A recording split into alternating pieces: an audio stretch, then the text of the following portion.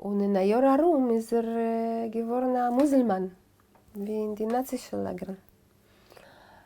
Und man hat ihn geworfen in ein großes Berg von verfrorenen Körper. Aber hat gehabt Masel. Hat gehabt Masel. Weil sie da gewesen in einem Lager, es gewesen eine jüdische Doktorsche. Tschernia Abramovna Gutermann. Und sie hat gedacht, eine von den Sachen, was sie hat gedacht tun, ist zu auskleben, wer ist noch lebendig, wer ist schon tot. Hat sie gesehen, dass der mit dem jüdischen Nose ist noch lebendig. Er atmet noch. Hat sie ihm rausgezogen von der Bergkörper und gebracht in ihr Lazarett und geodewet und gebracht ihn zurück zu leben.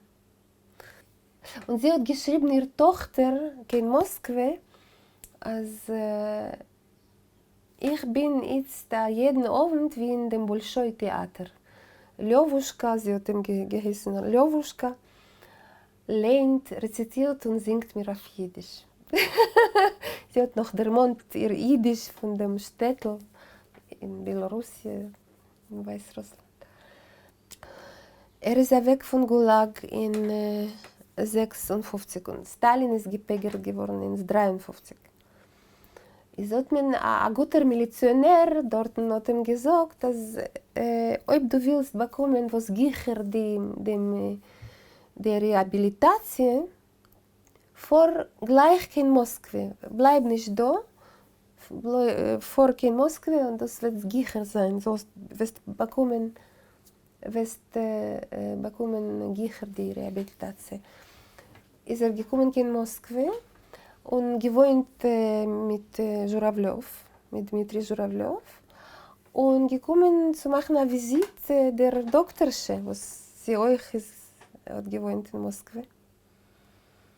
Gekommen zu ihrem Stub und die Tochter, ihre Tochter, Schurочка, ist gewesen dort. Die Hasen ist gewesen in der Heudischer Rum.